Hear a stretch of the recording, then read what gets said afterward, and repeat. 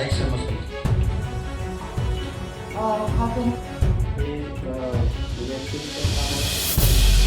वर्गानंतर टाकून घेतला असं जिल्हा अग्रीमेंटवर आक्षेप होता. जिल्हा अग्रीमेंट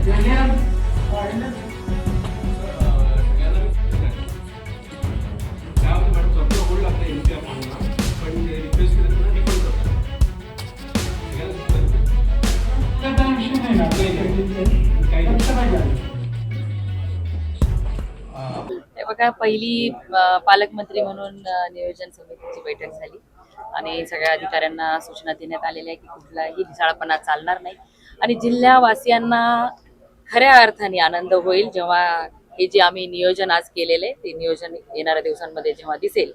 एक जिल्ह्यातला पालकमंत्री असेल तर काय काय बदल होऊ शकतो आणि किती चांगल्या पद्धतीने छोट्या गोष्टींवरती विचारून त्याच्यावर काम होऊ शकतं हे जिल्हावासियांना दिसेल. काय नेमकं दिसणार आहे प्रामुख्याने? रस्त्यांचा मोठा प्रश्न आहे. रस्ते दिसतील, शाळा दिसतील. आपण मानव विकास निर्देशांक जो आहे आपण खालून 3ऱ्या नंबरला आहे तो वाढवण्याचा आम्ही प्रयत्न करतोय. जर डोळे उत्पन्न आपल्या शेतकऱ्यांचं वाढलं पाहिजे यासाठी प्रयत्न अनेक गोष्टी आहेत. आता एवढ्या तुम्ही एवढ्या वेळ वेट केली आहे, 4-5 तासाचं आहे. तुम्हाला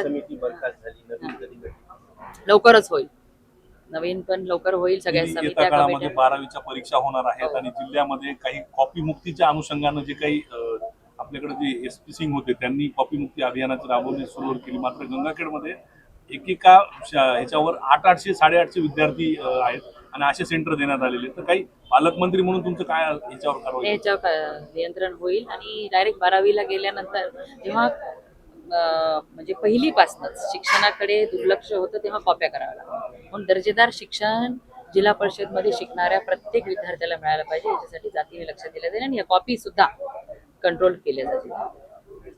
धन्यवाद.